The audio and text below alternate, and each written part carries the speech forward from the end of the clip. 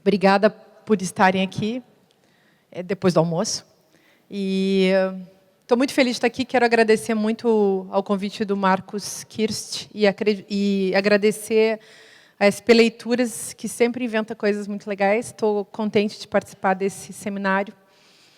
E estou muito contente porque, assim como vocês, eu adoro as bibliotecas e seus conteúdos. E adoro as pessoas que vão nas bibliotecas. Então, eu sempre fico muito contente quando assim, eu tenho a chance também de entrar nesse universo, seja para buscar um livro que me falta, ou que eu desejo, que só existe muitas vezes nas bibliotecas. Livros difíceis, livros raros. Depois que a gente começa também a conseguir comprar algum livro, né, quando a gente é estudante. Enfim, eu podia contar para vocês a minha história com as bibliotecas, eu vou fazer um pouco isso. Mas eu queria muito aproveitar o tempo que a gente tem aqui para a gente conversar sobre a importância da leitura, desse templo do livro, que é a biblioteca, e falar sobre a importância da leitura da biblioteca, falar sobre a importância dos mediadores da leitura, que são os bibliotecários, e queria falar assim, dessa solidariedade que eu acho que o bibliotecário pode ter com o professor, com o educador, na nossa época, nessa época. E nesse sentido, se for possível, então, a gente fazer uma reflexão cuidadosa e delicada sobre o tempo presente, sobre o estado da nossa cultura em relação à leitura, em relação às tecnologias, em relação a todos esses atravessamentos fantasmagóricos que atrapalham a vida da leitura na nossa época. Então, se isso for possível, eu vou ficar muito feliz. Eu vou fazer uma breve exposição para a gente poder refletir sobre algumas questões e depois vou esperar as colocações de vocês. Claro que uma fala desse nível assim que eu fico aqui na frente falando e vocês são muitos, não dá para a gente entrar num diálogo assim mais direto, mas ao mesmo tempo eu acredito que a atenção, que é aquilo que a gente tem de melhor para dar para as pessoas, né? A atenção faz a gente pensar em muita coisa e evidentemente que não vou esperar que vocês concordem comigo, até porque se vocês fossem concordar comigo, eu não ia mais ser professora, eu ia abrir uma igreja. E então eu vou falar algumas questões na intenção de fazer com que a gente se conecte com algumas questões dessa época que eu acho que são interessantes. Então, eu sou professora de filosofia, não sei se vocês... enfim, isso apareceu na apresentação. Mas eu acredito muito que quem faz filosofia está muito próximo, assim, sempre dos livros e muito próximo daquilo que os livros permitem como potência. Então, a gente faz a mesma coisa juntos, né, como professores, como pessoas que trabalham com os livros. Esse mundo dos livros é o nosso mundo e esse mundo é um mundo que abre para outros mundos. E eu acho que é importante a gente saber disso e poder se encontrar para pensar nisso. Bom, quando eu penso em biblioteca, eu penso nas escolas que não têm bibliotecas. E eu me lembro que a primeira escola que eu estudei, que chamava Escola Estadual Dalva Zanotto de Lemos, lá numa cidadezinha chamada Vacaria, no interior do Rio Grande do Sul, onde eu entrei em 1977, aos 7 anos, lá não tinha uma biblioteca. Como na minha família também não tinha biblioteca na casa de ninguém, eu não sabia o que era uma biblioteca. E só fui descobrir o que era uma biblioteca quando eu tinha, então, 10 anos e troquei de colégio. E aí entrei numa biblioteca. Vocês lembram a primeira vez que vocês entraram numa biblioteca? Quando eu entrei na biblioteca, eu era praticamente uma menina de rua até então.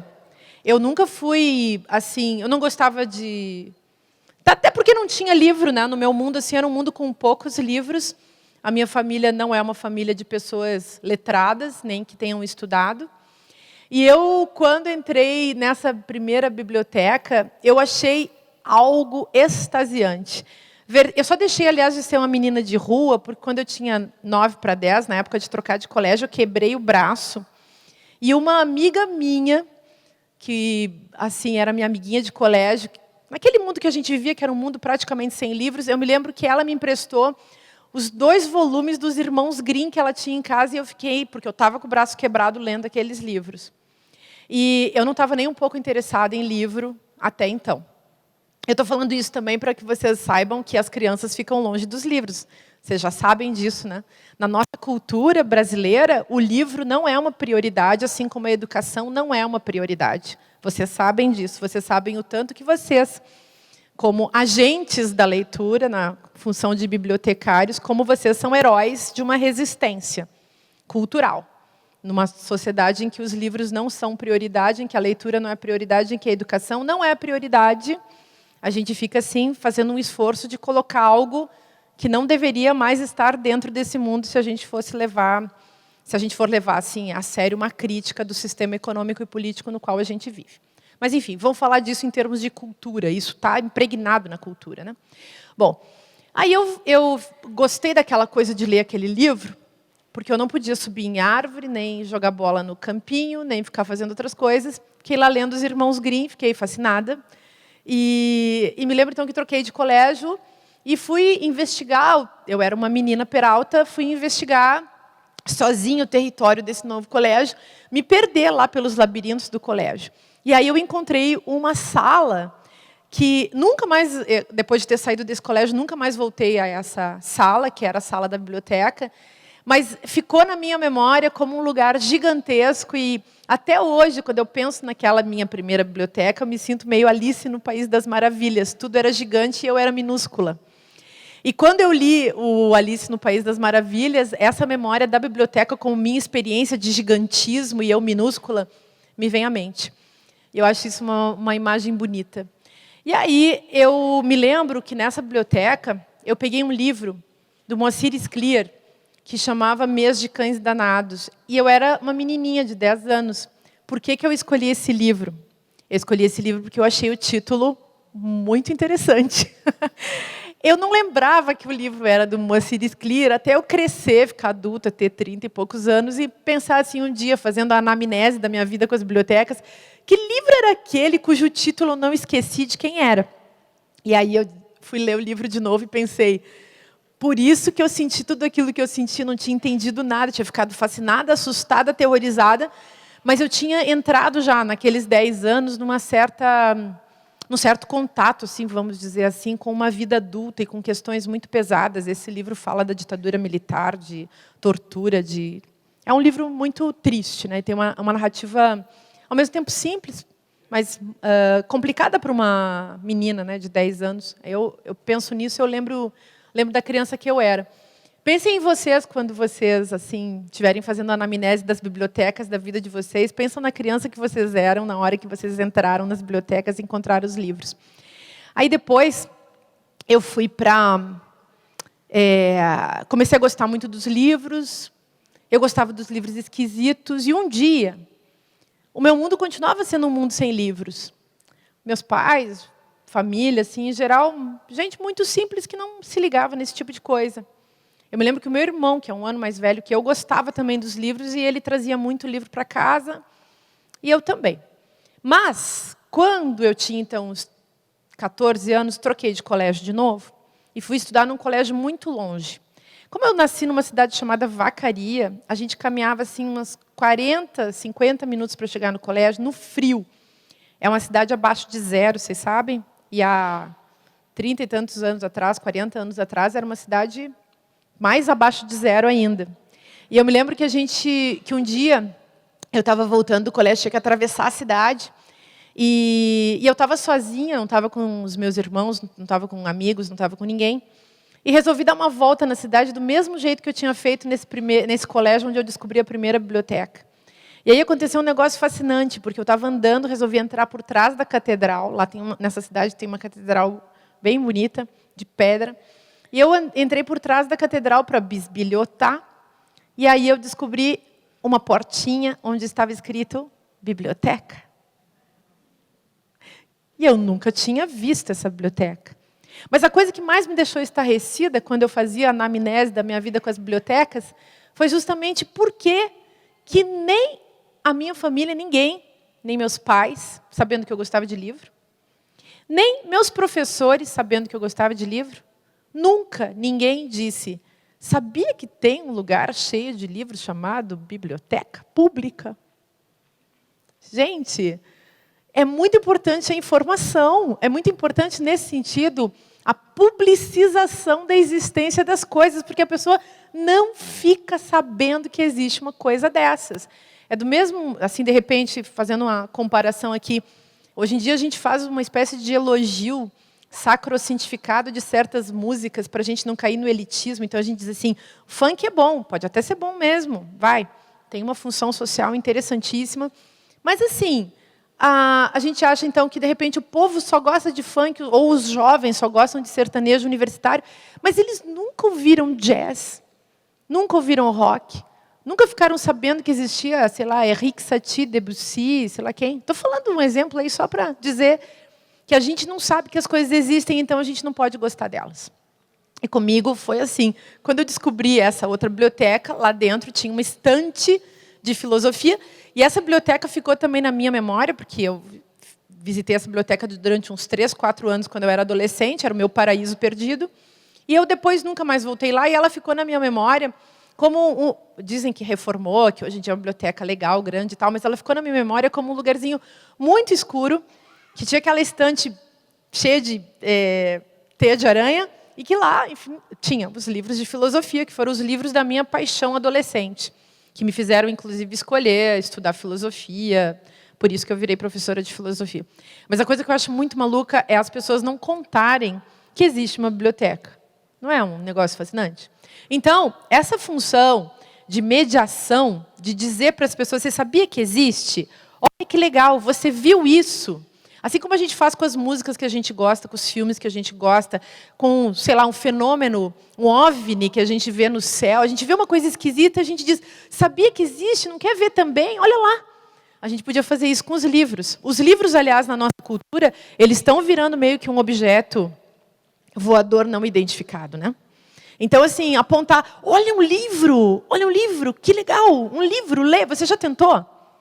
Bom, contei isso para vocês, só para vocês saberem assim, que eu sou uma apaixonada por bibliotecas, eu tenho memórias afetivas fortíssimas, e que eu sempre, ao longo da minha vida, porque eu aprendi isso na minha infância, na minha adolescência, aprendi também a fugir para as bibliotecas, e aprendi que nas bibliotecas havia esse portal chamado livro, que joga a gente para um outro mundo, que faz a gente viajar num outro lugar, que eu aprendi para a minha vida adulta que qualquer intempérie, qualquer problema, qualquer chuva radiativa de ideologias, de estresse, de tristeza, de depressão, de melancolia, qualquer problema ético, político, histórico, filosófico, estético, seja lá o que for, eu fujo para a biblioteca.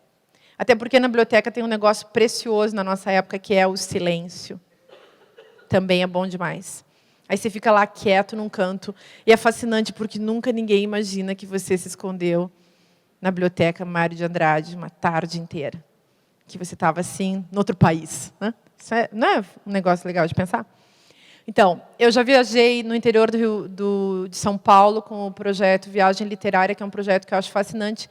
E eu gosto muito de fazer essa viagem, porque a gente também visita as bibliotecas. E aí, lá nas bibliotecas, a gente conhece as pessoas mais simpáticas da cidade, com o que há de melhor de produzido na cultura, que são os livros.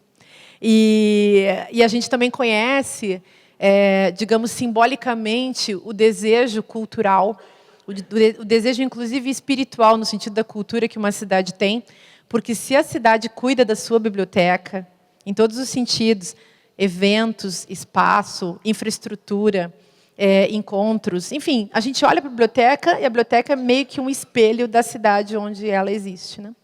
Enfim, eu aprendi então a amar as bibliotecas. Aí eu fui fazer faculdade de filosofia, de artes, outras coisas, mestrado, doutorado, essas coisas, e eu fiquei sempre nas bibliotecas. Na universidade onde eu dou aula, que é a Universidade Mackenzie, aqui em São Paulo, tem uma biblioteca lindíssima. Uma biblioteca daquelas com andares, você olha de cima e vê as mesas lá embaixo. É um negócio muito bonito, e eu adoro também, de vez em quando, dar uma fugida para a biblioteca, só para ficar sozinha com os livros. Se a gente está com os livros, a gente também nunca está sozinho, né? Bom, mas diante disso, queria conversar com vocês também sobre a questão da leitura, tendo em vista o fato de que os livros, na nossa cultura, eles têm se tornado meios, digamos, bastante abandonados.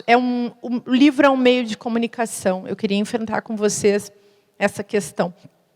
E queria enfrentar essa questão levando em conta, tendo em vista a condição dos meios, em outros termos, em termos bem filosóficos, a questão da medialidade na nossa época. Assim como nós esquecemos que nós nos relacionamos com meios, nós esquecemos que o livro é um meio. E que o livro é não apenas um meio de comunicação e de informação, mas o livro é também um meio de formação. E eu queria discutir um pouco com vocês isso, para que a gente pudesse pensar numa questão filosófica muito séria, que atinge a todos nós. E que muitas vezes a gente não está, assim, digamos, atento para prestar, para aproveitá-la, né? A gente tem que prestar atenção nela para que ela possa vir a fazer alguma diferença na nossa forma de ver o mundo e na nossa forma de agir em relação ao mundo. A questão que eu quero discutir com vocês nesse sentido diz respeito às formas de subjetivação que são produzidas através dos meios. E qual é o papel do livro dentro de um processo de subjetivação. Para poder falar sobre isso, deixa eu falar primeiro o que eu estou chamando aí de processo de subjetivação. Quem é professor lida com isso de um jeito mais direto, assim, porque, afinal de contas, a gente sabe que nós somos todos seres em formação, seres formados. Para quem lida com educação, isso é uma questão, digamos, das mais simples. Quando a gente fala o termo educação, também, a gente não está falando só da educação formal que acontece dentro da escola. A gente está falando do processo educacional que a gente passa ao longo da nossa vida, que começa antes da gente nascer, a gente está lá instaurado num lugar aconchegante que é o útero, enfim, de nossa mãe, e até o dia em que a gente morre, a gente continua num processo de educação. Em outras palavras, a gente está sempre aprendendo. A gente não para de aprender nunca. Nesse sentido, se a gente está aprendendo, o que é aprender? Aprender é introjetar. Aprender é interiorizar as informações, as mensagens, os conteúdos que são externos a nós, que estão no mundo e que entram em nós na forma de linguagem.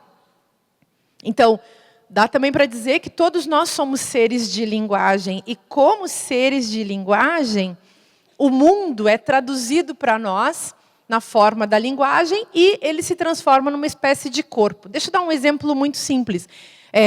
Vou dar um exemplo mais simples e mais imediato. Agora, por exemplo, eu estou falando com vocês. Eu estou fazendo uma exposição discursiva. A minha voz é um corpo, é parte do meu corpo, é o meu corpo extenso, que entra no corpo de vocês na forma da audição que vocês estão me prestando nesse momento. Vocês estão me ouvindo. E essa minha fala, ela é carregada, ela é linguagem, mas ela é ao mesmo tempo corpo, ela é ao mesmo tempo espírito, e a gente está conectado por meio disso. Ora, nesse momento, nós estamos sendo subjetivados por isso que eu estou falando. Eu estou sendo subjetivada porque eu estou escutando e porque vocês estão me olhando, e isso está causando alguma coisa em mim, em nível cognitivo, em nível afetivo, em nível de raciocínio também. Então, há uma transformação da minha pessoa nesse momento em que eu estou aqui com vocês, tentando dizer alguma coisa para vocês que, na minha fantasia, pode fazer sentido para vocês. Ao mesmo tempo, eu estou falando, e com a minha fala, eu estou entrando corporalmente e espiritualmente no corpo e espírito de vocês. É um processo que a gente pode chamar... Adoro falar com gente que gosta de livro, porque aí a gente pode usar todas as palavras. É um processo que a gente pode chamar de fisioteológico. Então, está chegando num lugar de vocês que não é solto, assim, não é na glândula hipófise, não é nem só no coração, nem no cotovelo, e não é no pé. Está pegando vocês por inteiro.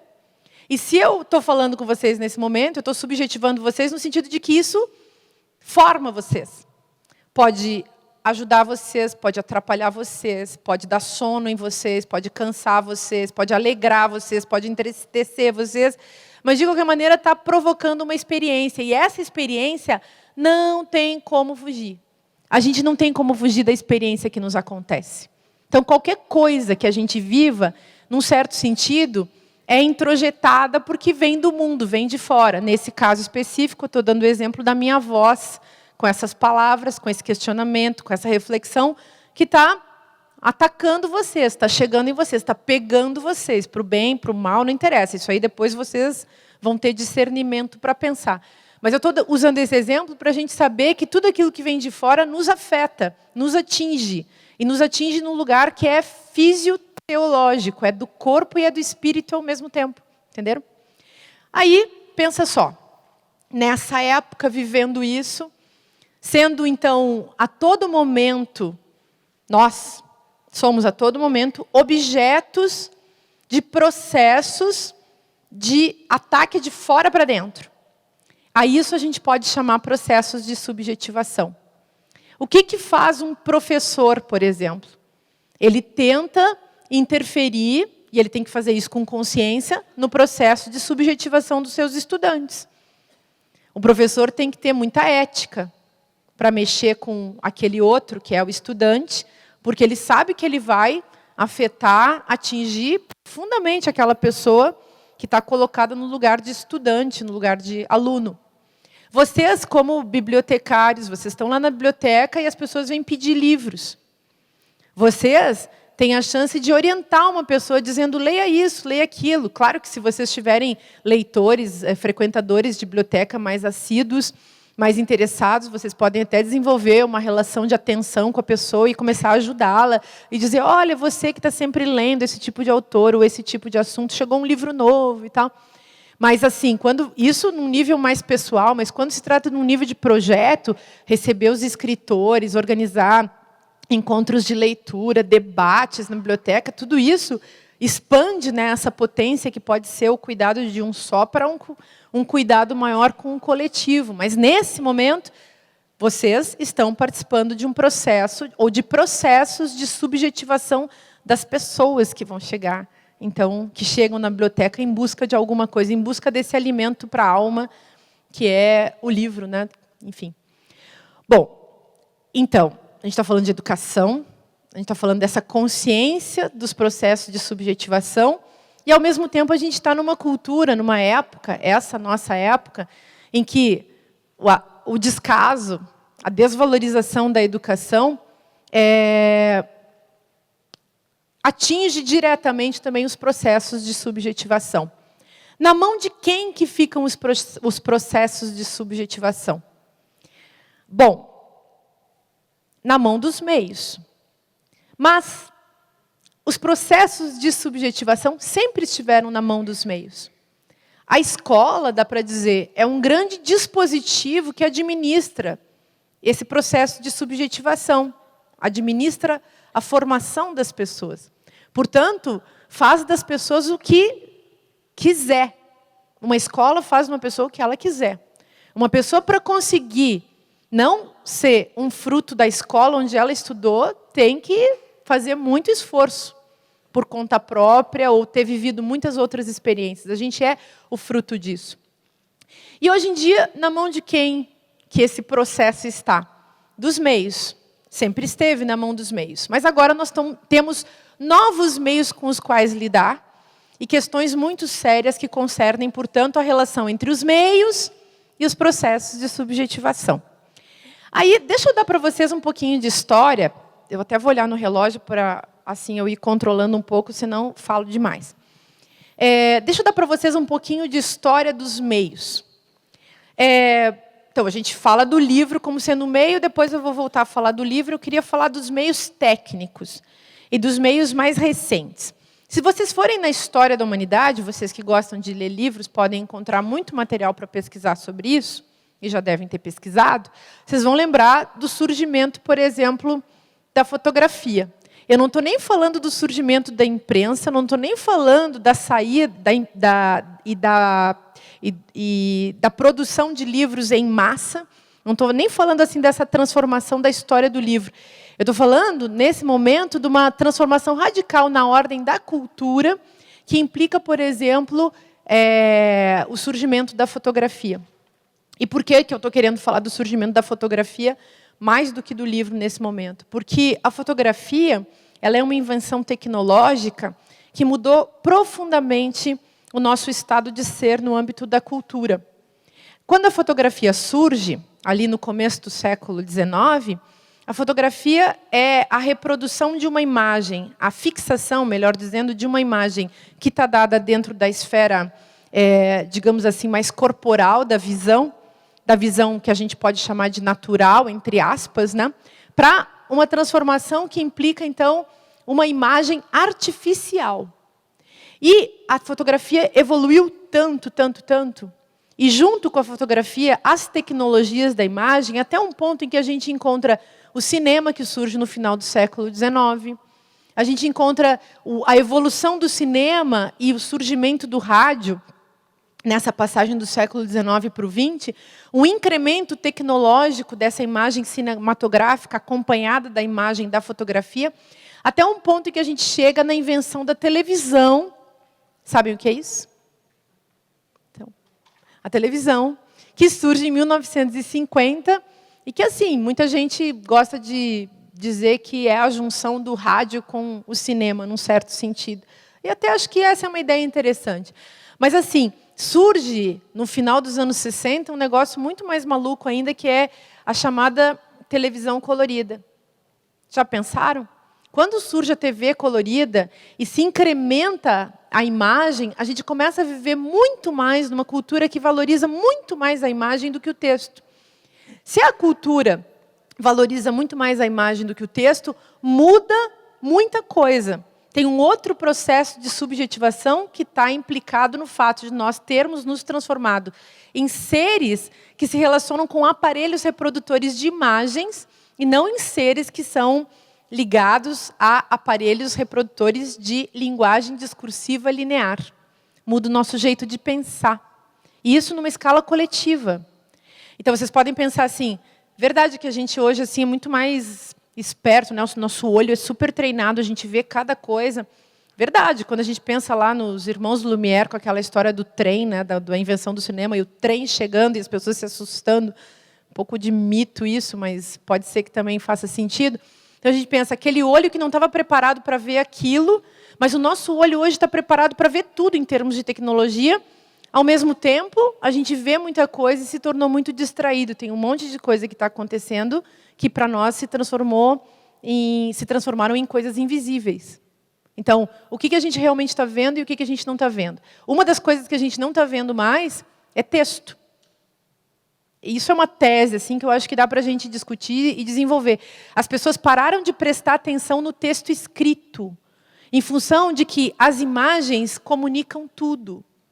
E aí que, nisso tudo, eu vou falar do livro daqui a pouco, né, dessa atenção ao texto escrito que está guardado no livro, mas a gente tem uma outra novidade que tem que ser pensada, que não é só a fotografia, nem só o cinema, e nem só, então, a televisão, não só. Mas que é essa novidade do computador, da vida da internet. Nós aprendemos a nos relacionar com telas. A fotografia é tela, o cinema é tela, a televisão é tela, o computador é tela. E a gente aprendeu a se relacionar com o computador. E a internet não é só uma tela, digamos, útil, no sentido de uma máquina de escrever, onde a gente vai gravar os nossos caracteres. O computador é um portal também. A internet é um portal. A internet, que é aquilo que interessa no computador hoje, é um portal que nos coloca dentro de um outro mundo.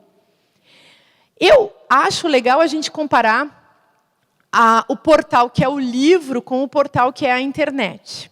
Não sei o que vocês vão pensar disso, mas eu faria o seguinte exercício, de pensar que o livro é um portal que nos joga dentro do mundo, nos lança dentro do mundo do pensamento, da reflexão. E esse mundo, na verdade, é um mundo da alteridade, mas uma alteridade que concerne a uma viagem interior. Como é que eu vou explicar isso? Quando eu leio um livro, eu faço mesmo, sei lá, vou pegar Graciliano Ramos para ler. Sei lá, Vidas Secas, que é um livro que eu gosto. Clarice Lispector. Sei lá, pode ser, né? um livro assim, mais denso. Mas pode ser um livro menos denso também, pode ser uma biografia. Eu começo a ler no livro alguma coisa que não é meu, mas eu sempre começo a pensar, e eu entro dentro de um tempo de leitura. O tempo da leitura é um tempo em que acontece uma espécie de viagem para fora, só que eu volto para dentro. É como se fosse uma espécie de viagem vertical. Eu tenho que pensar tanto, eu tenho que entender tanto, eu tenho que prestar tanta atenção, eu tenho que me concentrar de tal maneira numa coisa que está na minha mão e que está me fazendo viajar para fora, que eu acabo me voltando para dentro de mim mesmo. É como se fosse uma espécie de ricocheteio. Banda de Mébius. Eu, sei lá, pego o Crime e Castigo do Dostoiévski, eu viajo no Dostoiévski, o mundo dele é tão incrível, as questões que ele coloca são tão terríveis, são tão humanas, são tão impressionantes.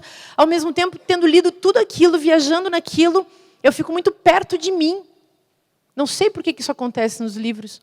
O livro me aproxima de mim, ele me devolve para mim. Eu acho que isso acontece em função, no caso dos livros, em função do tempo da leitura. Da experiência, não só da experiência com o conteúdo informativo que está lá dentro do livro, as palavras que eu pego, a gramática que eu pego, as habilidades que eu pego para pensar, mas também pelo fato de que eu parei diante de alguma coisa e produzi uma esfera de atenção numa época como a nossa, em que tudo convida à distração. Então tem isso. Além de tudo, o livro, em função da linguagem discursiva, linear, ele me faz pensar. Eu começo a pensar. Eu tenho que acompanhar um raciocínio, tem que ter começo, meio, fim, tem que ter sujeito, predicado, tem que ter adjetivo. Eu começo a pensar por que as coisas são ditas assim. Bom, isso eu acho que é uma coisa muito interessante. O portal, que é a internet, é completamente diferente, porque ele me joga dentro da distração. Então, eu não preciso me concentrar em nada na internet. Na internet, aliás, eu não concentro. Eu passo de uma informação para outra informação de um jeito muito rápido. E nessas eu vou... Aí, outra tese assim, que eu lançaria para a gente discutir. Eu vou esboroando a linguagem. E aí, vem um passo além, que está dado na ordem da cultura. Esse povo que saca de tecnologia, de repente, inventa um computador que é portátil. E que não é só o meu computadorzinho que eu carrego ali na minha mochila para escrever os meus textos ou para ler os trabalhos dos meus alunos, sei lá, para mandar um e-mail, né, gente? É esse computador que vocês carregam na forma de um telefone celular, que a gente carrega, que é uma nova tela. Só que não é mais a telona que é expandida e é para todo mundo, é uma tela que se dirige diretamente à minha pessoa física e à minha atenção física. E essa tela tem tudo. Tudo que eu preciso na vida está ali. É claro que tudo que eu preciso na vida não está ali. Mas como a forma é também conteúdo e ela é uma mensagem em si mesma, eu vou aprendendo que tudo que eu preciso na vida está ali. Aí, por exemplo, eu preciso conversar. E o meio telefônico, reunido com o elemento televisivo, que é a tela, e reunido com a internet, que é essa viagem na distração, desenvolve aplicativos, tipo WhatsApp, Messenger. Vocês sabem, vocês usam, e está todo mundo ligado nisso o tempo inteiro. O que acontece com a nossa linguagem nesse momento? E o que acontece com a gente em função daquilo que acontece com a linguagem, né, gente? Esse que é o problema. Vocês já usaram o WhatsApp?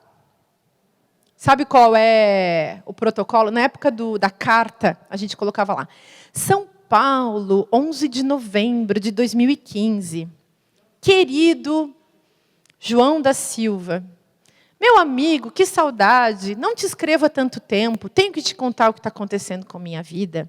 Nasceu fulano, beltrano, sei lá, cortaram as árvores aqui do meu quintal. Meu pai morreu, sei lá, minha mãe foi embora com o seu amante. meu pai morreu de desgosto, ou então, minha mãe morreu, meu pai foi embora com a sua amante. Quer dizer, a pessoa cria uma narrativa, né? Estou muito triste porque perdi meu emprego, ou estou muito alegre porque troquei de emprego. Sei lá, as pessoas começam a contar as suas coisas. E tem um protocolo, quase que nem redação de vestibular, introdução, desenvolvimento. Chega uma hora que você pensa, essa carta está muito longa, vou concluir essa carta. E aí, você escreve, olha, apareça, sinto muito sua falta, desejo muito que você possa retornar à cidade para que a gente possa conversar, enfim, tomar uma cerveja, desejo tudo de bom, aí um abraço, aí, enfim, um monte de conversa, né? Isso era uma carta. A carta, a gente demorava uma manhã, um dia, tinha gente que demorava uma carta, escrevendo uma carta 3 dias, uma semana, um mês. A carta também implicava um processo de subjetivação. Eu tinha que me posicionar. Eu tinha direito a uma biografia. Eu era um acontecimento para alguém. Eu estava acontecendo. E por isso eu podia ser motivo de uma epístola para uma pessoa. Hoje em dia, você vai no Messenger, não tem... Eu descobri isso com os jovens, tá, gente? Assim, dizer bom dia, WhatsApp Messenger... Não pode dizer bom dia, não pode dizer boa noite, não pode dizer desculpe, vou ter que sair dessa conversa que estamos travando nesse momento. Você tem que deixar, isso é do protocolo, é do protocolo, gente, é da etiqueta do negócio. Você tem que deixar a pessoa pendurada. Vocês sabiam disso? Não pode ser muito polido, não pode ser muito educado. Vocês sabiam disso? Quando eu vi que a coisa funcionava desse jeito, quando eu comecei a usar, eu fiquei estarrecida, porque eu fiquei pensando, olha aí o comportamento que é gerado pelo aparelho. Não é interessante? Então, o comportamento que é gerado pelo aparelho.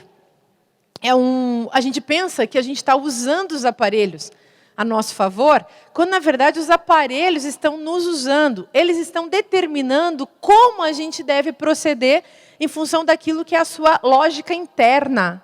Sacaram isso? Então, a gente fica o tempo inteiro trocando umas mensagens que elas vão virando cada vez mais um grunhido.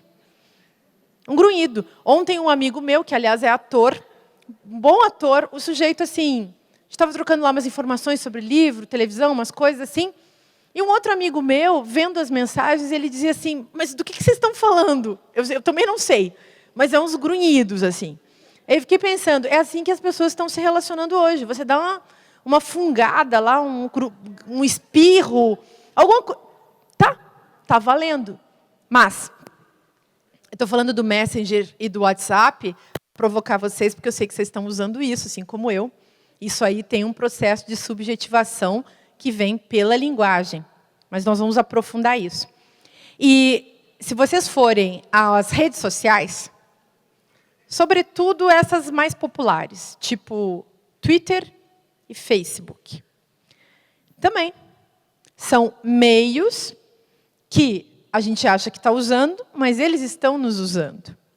E o mais curioso é o que esses meios, de que modo esses meios nos usam e a que resultados eles levam na sua forma de nos usar. Porque digamos que até eu te uso, tu me usas, e a gente está tentando arranjar um jeito equilibrado, ecológico de sobreviver nesse mundo. Mas complicados são os efeitos em termos de administração da linguagem. A administração da linguagem que é a questão. No Twitter, por exemplo, vocês já sacaram como que funciona? Alguém aqui usa Twitter? Twitter é a coisa mais perversa que há. No Twitter, você pode escrever 140 caracteres. O nome da coisa Twitter, sei lá, a gente pode traduzir por piada, né? É um tweet, é uma piadinha, um piu. É como um passarinho. Uma vez escrevi um texto para a revista Cult, onde eu tenho coluna, em que eu falava justamente da parte que nos cabe nesse latifúndio do ciberespaço. Então, 140 caracteres é onde praticamente a gente é enterrado como um Severino da linguagem. Então, lembrando, né? Morte e vida Severino. Então, é a mesma coisa. Você tem direito a 140 caracteres. O que se depreende daí também? Isso é importante. A linguagem, numa sociedade do conhecimento e da informação, ela se transformou em capital. A linguagem é o capital. Sacaram isso? Na sociedade do espetáculo, a imagem é o capital. Na sociedade do conhecimento e da informação, que é a nossa, a linguagem é o capital. E aí, o que o capital linguagem faz, né? No caso do Twitter, você tem o direito, já que você é um qualquer, a usar 140 caracteres. Se você for mais poderoso, você já tem um blog. Para ficar mais poderoso no contexto desse capital da linguagem, você cria também um Instagram. O ruim do Instagram é que você não pode escrever muito lá, que eu saiba. Você só pode colocar foto. Mas você fica poderoso juntando espetáculo e linguagem discursiva também. Quando vai para o Facebook, então, o negócio assim, fica o poder dos poderes. Você sabe que o Brasil é um dos países, se não me engano, o segundo país em número de usuários de Facebook. De usuários, não. De funcionários do Facebook. Porque as pessoas trabalham para o Facebook. Porque o Facebook não funciona sem seus funcionários. Então, a gente é usuário? Não, a gente é funcionário. Todo mundo paga o seu horáriozinho de trabalho lá, trabalho diário. E qual é o trabalho que o Facebook pede para você? Curtir. Que legal, né? Compartilhar, emitir, cutucar, né? Coisas do tipo. Criar grupos. As pessoas participam. Eu fico pensando às vezes, tem umas, isso vira, às vezes tem gente que está fazendo teste de doutorado, mestrado. Eu tenho vários alunos que estão pesquisando lá umas coisas comigo nessa linha. Mas muita gente pesquisando isso hoje em dia, que é a devoção que as pessoas têm a esse tipo de mecanismo. O que me interessa entender hoje em dia é o que esses mecanismos fazem com a nossa linguagem. Por exemplo, o Facebook nos ensinou uma coisa que a gente não conhecia. Nos ensinou a sermos emissores compulsivos de informação. E aí depende do que você quer passar adiante, né? Vocês nunca compartilharam uma mensagem que vocês não leram? Não mintam. Eu também. Não vou mentir. Passo adiante um monte de coisa. Esse assunto, essa pessoa, isso aqui é coisa boa, vai adiante. Porque eu entendi um negócio, que vocês também devem ter entendido, que a gente está num processo, então, digamos que a linguagem virou capital, que a informação virou capital, que o conhecimento virou capital, e que a gente está numa espécie de guerrilha em torno das questões que nos interessam. E aí, quando a pessoa não tem nenhuma grande questão que lhe interesse, que seja ética, política, profissional, estética, teórica, prática, a pessoa faz o quê? Tira uma foto do seu prato de comida. Não é verdade? Eu fico sempre assim, por quê? Não? Então, sei lá. Mas também não tenho nada contra, porque, afinal de contas, é uma coisa interessante. As pessoas comem, né? A gente come. A gente faz várias coisas que a gente não põe na internet, mas que também, assim, a gente faz. A gente não põe porque, ainda bem, que nós temos um pouco de bom senso. Mas pode ser que o bom senso esteja se perdendo na nossa época. Bom, estou falando tudo isso para chegar numa outra questão que eu já enunciei.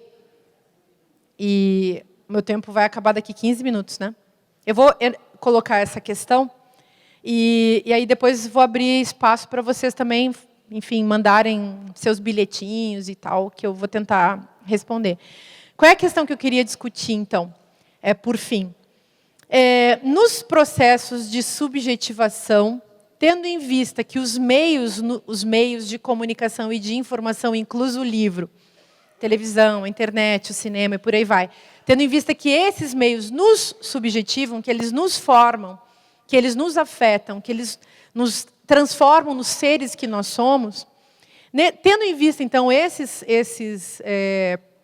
processos todos, nós temos que estar atentos ao funcionamento da linguagem, ao que esses meios fazem com a linguagem. Nós só somos os seres que somos em função do nosso encontro com a linguagem. Eu citei esse livro Vidas Secas, há pouco, e para mim esse é um livro bem precioso. Se vocês voltarem a ler, talvez vocês já tenham lido com cuidado, mas assim, se voltarem a ler um dia esse livro, prestem atenção no drama de Fabiano. Fabiano é um homem sem linguagem. Ou um homem que tem uma linguagem muito precária. Ele não pode conversar com sua mulher, com seus filhos. Ele não pode sequer fazer uma reivindicação de trabalho, de justiça diante do policial que ele encontra, porque ele está alienado da linguagem. A linguagem é tudo, gente. A linguagem imagética, a linguagem discursiva, todos os processos democráticos dependem da linguagem. Quando a gente instrui, educa, forma uma criança, um jovem, o que a gente faz? Forma as pessoas dentro das linguagens. Um bom professor de matemática é aquele que ensina uma criança, um jovem, um adulto a se relacionar com a linguagem da matemática. Um professor de desenho que é um bom professor ensina a criança, o jovem, o adulto a se relacionar com a linguagem do desenho.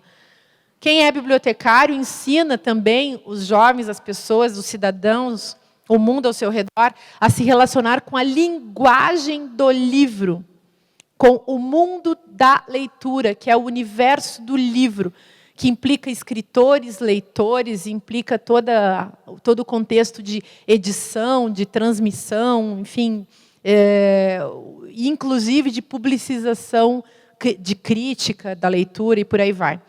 Então, o importante é a gente acessar a linguagem. Na nossa época, a gente vive uma coisa muito terrível, que eu assim achei um nome para falar disso. Eu tenho falado em consumismo da linguagem. Ontem eu lancei um livro aqui em São Paulo, que chama Como Conversar com um Fascista. E eu escrevi esse livro para discutir o processo de subjetivação perverso que a gente vem vivendo e que tem nos levado à experiência justamente da exposição do ódio que corre solto entre nós nas relações mais miúdas, mas também nas relações mais públicas, institucionais, nas relações que a gente tem uns com os outros na rua. E as redes sociais têm aproveitado muito isso. As pessoas têm, inclusive, usado as redes sociais para a transmissão desse afeto odiento. Aí fui pensar, mas de onde que saiu esse ódio todo? 10 anos atrás a gente estava num love só, né? Estava se amando. E agora por que a gente está se odiando? Fiquei pensando, de onde é que sai isso? Aí fiquei pensando assim, às vezes a gente fala para uma pessoa, eu te amo. Não? Vocês nunca falaram para ninguém? Ó, podem começar a falar, é bom, faz bem para a alma. Mas falem de verdade. Porque a gente também fala isso para enganar, né? Hoje em dia a gente não está nem falando eu te amo, a gente está falando assim, eu te odeio, direto. Não é? Lembra aquela música do Caetano Veloso? Eu te odeio. Tá bom. Por quê? Então, o ódio não é um afeto natural. A gente não nasce com ódio, assim como a gente não nasce com amor. Amor e ódio são formulações culturais.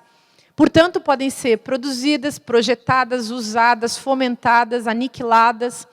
A gente pode incentivar o ódio ou incentivar o amor. É claro que os meios de comunicação de massa, nesse momento, estão incentivando o ódio. O ódio rende um monte de coisa, que eu não vou falar aqui, porque não precisa, que vocês são bons entendedores, meia palavra, ponto. É óbvio. Mas o ódio rende. O ódio é antipolítico. E o ódio, ele interrompe relações. A gente fica antipolítico através do ódio, porque a gente não quer mais conversar com ninguém, não quer dialogar com ninguém. Na base do ódio, o ódio é o afeto que faz surgir a paranoia. Eu já sei tudo, por que eu vou conversar com alguém? Para que eu vou dialogar se eu já sei tudo? Eu sei tudo porque eu sou um paranoico.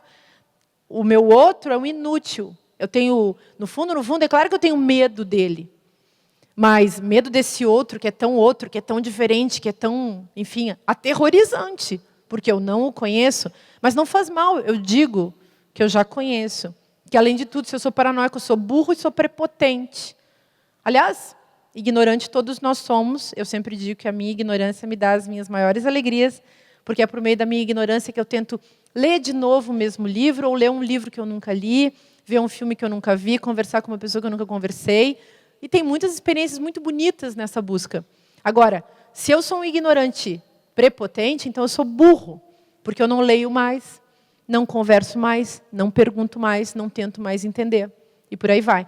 Na nossa cultura existe, sem dúvida, um fomento patrocinado pelos diversos meios tecnológicos de comunicação, inclusive contra o livro. O meu livrinho, gente, foi um sucesso, em 2 semanas esgotou. Aí fiquei pensando, nem tudo está perdido, né? Porque um livro com um título desse, Como Conversar com um Fascista, esgota em 2 semanas, já saiu a 2ª edição. E assim as pessoas estão lendo muito. Aí eu falo, mas lê mesmo. Lê mesmo, tem que ler. A gente tem que dar esse tempo para a gente mesmo, que é o tempo da leitura. Né? Enfim, vamos pensar nisso. O que é o consumismo da linguagem? O consumismo da linguagem, ninguém que leia, que tem o hábito de ler, faz a gritaria que a gente está vendo nas redes sociais. Quem faz essa gritaria é quem não para pensar no que está dizendo. A linguagem ficou fácil no contexto do espetáculo, no contexto desse capital. Falar é a coisa mais fácil. E quanto mais bobagem você fala, mais adeptos você encontra. Ainda mais que a lógica do jogo da internet é fazer alguém curtir. A gente até se sente na obrigação de curtir tudo, né? Então, uma hora a gente vai explodir com isso, porque a gente já curtiu tudo, então a gente não curtiu nada. Mas nós temos que fazer esse esforço de sair de dentro desse território, ou dessa lógica perversa, que trata a linguagem como se ela fosse simplesmente uma moeda que a gente bota num cofrinho. O nosso pensamento não é uma moeda que a gente bota num cofrinho e, como diz o Lacan, nos faz gozar. Como um likezinho, um coraçãozinho lá que me deixa mais feliz. Gente, isso é falso. Isso é bobo. Mesmo que isso possa dar algum sinal para nós não podemos reduzir a nossa experiência com a linguagem a isso. E aí, quando eu falo dessa irredutibilidade que a gente tem que promover em relação à linguagem, eu estou falando que a gente tem que resistir. Nós que somos escritores, leitores, bibliotecários, professores, educadores, nós que mexemos com o mundo do livro, o livro é um objeto de resistência na nossa cultura. A gente precisa trocar informações no livro. E tem muita gente dizendo assim, mas eu posso ler na internet. Tá, se você ler um livro inteiro na internet, eu acho que é bom. Esse semestre, por exemplo, com os meus estudantes da universidade, o semestre inteiro, eu li um livro com eles. Então, eu li o livro, eu conversei sobre o livro, a gente discutiu o livro, eles fizeram resenha do livro, eu li as resenhas do livro e eles vão escrever uma carta para o autor. Ou seja, para eles nunca esquecerem que na vida deles, eles leram um livro muito bem lido. E é claro que eu escolhi um livro assim pequeno e bem provocativo, que é um livro de um autor chamado Mésaros, que chama A Educação para Além do Capital. E que nos obriga a todos a pensar qual é a nossa tarefa enquanto estamos envolvidos em processos de subjetivação e de formação num mundo em que a proposta ético-política é a da robotização e a do cancelamento dos nossos processos espirituais. Para que a gente se torne dóceis, mansos, bobos, otários. Bom, vocês lidam com uma arma poderosíssima, que é o livro. Uma arma espiritual, fantástica. Uma arma que pode ser usada também para o mal. Mas, enfim, é uma arma que nos ensina a pensar. E a gente, então, tem que proteger esse nosso arsenal guardado nas bibliotecas, fazendo com que as pessoas entrem nas bibliotecas e se ocupem com o silêncio que está fora dos livros e dentro dos livros. Muito obrigada. Vou esperar, então, as questões que vocês têm para me colocar. Essas duas aqui. Obrigada. Eu acho que o tempo deve estar curto, então ele só me passou 2, tá? Pois vocês vejam com ele. Se alguém depois quiser mandar uma mensagem, mandar um e-mail e colocar outras questões ou trocar uma ideia, a gente sempre pode tentar. Uma pergunta. Em tempo de best-seller, será que basta incentivar ou teremos que intervir também na escolha literária? Boa pergunta do Cido Cruz. A outra pergunta. Qual a sua opinião sobre pessoas que leem, mas são viciadas em lerem no computador, no celular, no tablet, não são adeptas do suporte livro? Será que o processo de subjetividade fica diferente? Eu acho que fica, mas também não vejo que esse seja um grande mal. Eu acho que a questão, mais ainda do que o suporte, é o tempo e o nível da experiência, no caso dessa segunda pergunta, né? Então, eu acho que é importante que a pessoa se envolva com a narrativa, no sentido de um tempo de desenvolvimento de um pensamento ou de uma história.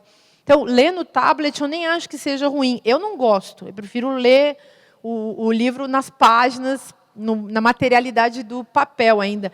Mas, ao mesmo tempo, talvez essas maquininhas possam até ser mais ecológicas, né, do que os livros. Não sei. De qualquer maneira, eu acho que o problema é a gente ler assim. Sabe, a pessoa que lê só a orelha do livro também não adianta, né? A pessoa que lê a quarta página também não adianta. Ou a pessoa que lê só a resenha do livro. Eu conheço gente que tem uma baita cultura, superficialíssima, é claro, mas na base de leitura de resenha. Aquele estudante, coitado, que vai fazer vestibular e ficou estudando a base de resumos dos livros dos autores da literatura. É muito diferente você ler, de fato, Guimarães Rosa, no Grande Sertão Veredas, ou ler só um resuminho desse livro. É claro que sim. Aliás, a gente deveria sempre ler os livros, ou na nossa solidão, enfim, essa benéfica, né, essa que nos ajuda no autoencontro, ou então a gente deveria ler os livros acompanhados. Eu me lembro do meu Guimarães Rosa, que eu li, o Grande Sertão Veredas, sozinha, e depois eu li com uma professora. Como foi legal ter lido com ela, ter lido pensando, ter lido entendendo, ter lido trocando uma ideia. Então, a gente tem também que incentivar os grupos de leitura. Mais leitura, mais grupo de leitura, mais visita na biblioteca, menos novela, né, gente? Com todo respeito ao gosto de cada um. Então, acho que muda sim. E muda também no sentido da interferência que esses gadgets, esses objetos, esses aparelhos têm enquanto atravessadores das nossas relações. Bom, best-seller. Eu acho que a gente tem o direito de dar a nossa opinião e, inclusive, de dar uma opinião fundamentada sobre os livros que devem ser lidos. Eu tenho uma filha de 18 anos que é uma baita leitora. Eu fico muito feliz assim, com a minha filha. Esses dias alguém perguntou exatamente isso. Você interfere no que ela lê? Eu deixei ela ler de tudo. Inclusive, eu deixei, quando ela era criança, eu vivia lá com os meus livros, e ela fez muitos desenhos nos meus livros. Eu me lembro uma vez que eu resolvi ler com ela A Metamorfose do Kafka. Ela tinha uns 7, 8 anos. E aí ela ilustrou, o meu exemplar é ilustrado, ela desenhou várias baratas, o caminho das baratas, o cara virado em barata. Foi muito divertido, eu guardei o exemplar. Eu tenho um livro do Mundo como Vontade de Representação também, cheio de bonecas que ela fez, muito legal. Eu guardo para ela, assim. E esses dias ela lê, e ela se ocupa, e ela fica absolutamente louca, ela quer ser escritora e tal. E a minha filha, assim, esses dias leu Ana Karenina, que é desse tamanho, 800 páginas, sei lá. E ela leu aquilo, e eu disse, nossa, você deve ser a única pessoa da sua geração que leu esse livro. Isso é um caso raro, você tem que ser estudado. Mas não é? E ela lê Tolstói, ela gosta de Tolstói, de Dostoiévski, gosta daqueles calhamaços assim. Eu acho tão bom. Ela é de uma geração que descobriu o corpo depois da internet. Quando ela foi criada, claro, com tudo quanto era tecnologia e tal, os livros lá também e tal, mas ela adorava computadores, e um belo dia ela descobriu que ela estava viva fora dos computadores, foi fazer yoga, foi fazer dança, e sempre leu muito, mas começou a ler esses romances também que ninguém mais lê, essas coisas anacrônicas, digamos. Então, eu acho que a gente pode, primeiro como pais, o que a gente tem para dar para os nossos filhos? Aquilo que a gente é. Então, a gente fala para eles, meu filho, eu leio todo Paulo Coelho, lê você também. Gostaram? Não, né? Mas, enfim, se a pessoa lê o Paulo Coelho, deixa ela. Aí a outra lá, eu li todo Aristóteles, lê você também. Eu li a Bíblia, lê você também. Nós somos, sem dúvida, o efeito dos nossos próprios limites, dos nossos saberes e das nossas ignorâncias. Mas bacana, é claro, que as pessoas possam dizer, tem muito livro aí, escolhe um para você, tem muito livro bom. Eu li esses livros, mas existem outros, então descobre você. Tem biblioteca pública na cidade, também é bom avisar, né? Isso eu acho um negócio genial de dizer. Eu queria que tivessem me dito, mas não me disseram, não faz mal, por sorte eu descobri. E eu acho também, com os meus estudantes, eu acho que a minha tarefa como professora é dizer, eu leio isso e eu acho isso interessante. Tem outros, mas eu não conheço para te falar, eu conheço esses. E aí é uma troca honesta, em que eu sei que a minha leitura, ela é parcial porque ela é minha, como é parcial a leitura do outro porque é dele. E aí a gente vai. Não vejo nenhum mal da gente trocar as nossas opiniões, da gente sugerir uma coisa melhor, sabe? E, assim, tentar enriquecer a linguagem, mas a nossa própria. E aí fazer uma espécie de genealogia, assim, pensar, né, anamnesicamente sobre o que a gente também leu ao longo da vida e sobre o que a gente está lendo hoje, é muito importante.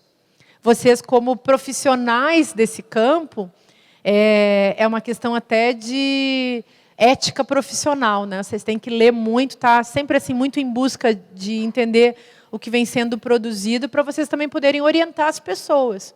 E essa orientação, eu acho que é uma tarefa. Não é que a gente não pode se furtar a essa obrigação, é uma obrigação ética. Acabou. Não? Ah, surgiu mais. Então, a gente ganhou mais 5 minutos. Vou responder mais uma aqui.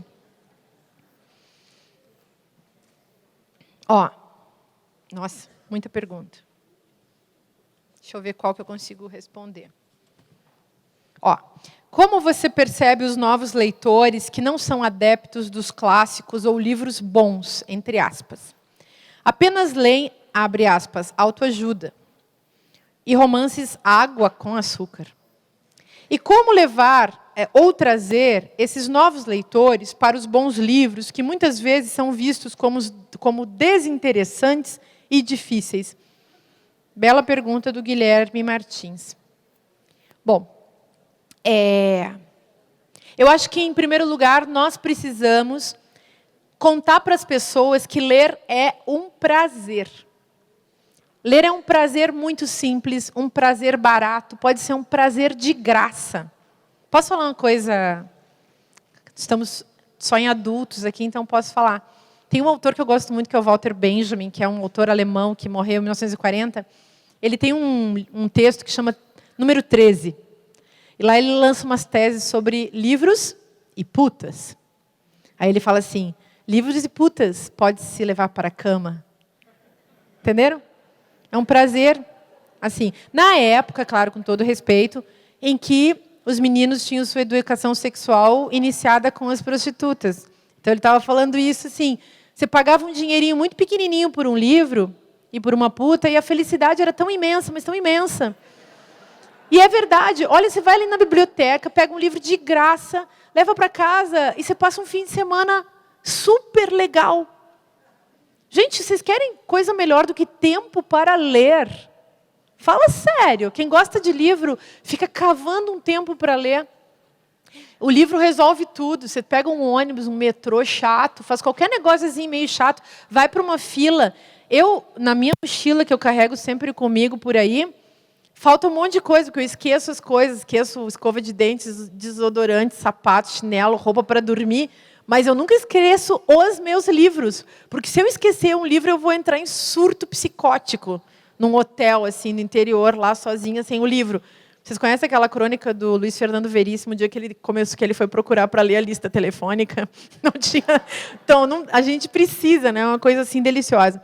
Mas, enfim, eu achei legal você falar desses livros bons. O que são os livros bons? Às vezes, uma pessoa, de fato, começa lendo livros que podem ser questionáveis sob certos pontos de vista, mas se ela é jovem e vai tentando ler outras coisas, eu acho que ela vai longe. O problema é a pessoa virar um leitor fundamentalista, que é aquele que procura sempre o mesmo livro e só aquele livro. Ele lê a Bíblia e ele procura a Bíblia em qualquer livro que ele vai ler. Isso é ruim. Então, mostrar também a diversidade das leituras é uma coisa legal. E isso eu acho que professores, orientadores, bibliotecários, educadores de um modo geral, gente que lida com livro, inclusive os editores, eles podem fazer isso. Esse negócio chamado autoajuda, romance água com açúcar, quem nunca leu um romance desses, também não pode comparar, né? Então, lê uma porcaria e depois lê... Se você lê o Dostoiévski e deixa eu ver, Ai, agora quem que eu vou dizer que é ruim? Sei lá, mas põe aí Sidney Sheldon, que nem é um escritor ruim no seu nível, né?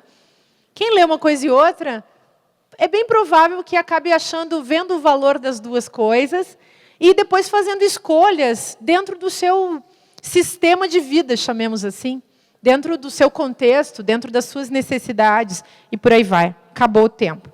Enfim, super obrigada. O meu livro, Como Conversar com um Fascista, é um livro de autoajuda. Obrigada.